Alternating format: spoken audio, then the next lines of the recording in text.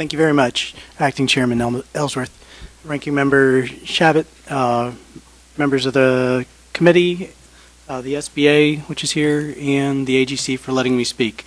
I've submitted testimony, but I think after listening to what most of your concerns are, I was going to try to focus in on what the problems are as a small business in these programs, and what would the recommendations be to fix them. First of all, there are 6 programs that the federal government recognizes: Alaska Native, Tribal Indian, Service Disabled, Woman-Owned, 8A, Hub Zone. It's very hard for the government contracting officials that we've met with over time to actually know all of the individual rules for each of these 6 programs. Five of the 6 programs are disadvantaged programs. Everything except for Hub Zone is race-based, or whether you've been injured or whether you came from an area where you've been disadvantaged.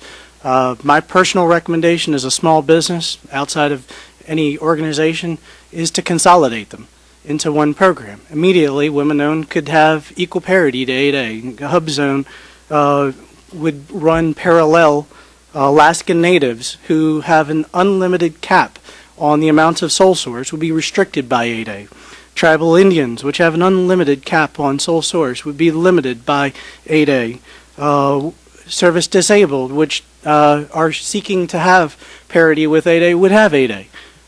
Either to make all 5 programs similar, identical in nature, so that there's equal competition, and to make it simple for the government to use. The more simple it is, the contracting folks at GSA or all of the ones that aren't meeting the goals would have an easier way of meeting their goals. The second issue is the SBA does not have enough money for on-site inspection. Instead of increasing the budget, a recommended approach would be to make the contractors applying for these programs pay for the fee. For example, DSS uses third-party investigators for clearances for employee background checks. Why not? We're the ones that benefit from the background check to make sure that the fraud doesn't exist. Why not eliminate the fraud? Make sure that there's a third party. You could have guys in Brooklyn, Iowa. Even though the SBA isn't there, you could have people representing the SBA instantly on a rollout across the country. Accountability. Accounting-wise, the SBA is underfunded to actually implement, manage, and watch what the other agencies are doing. The state of Maryland, MDOT, does on-site inspections, and they make every contractor comply.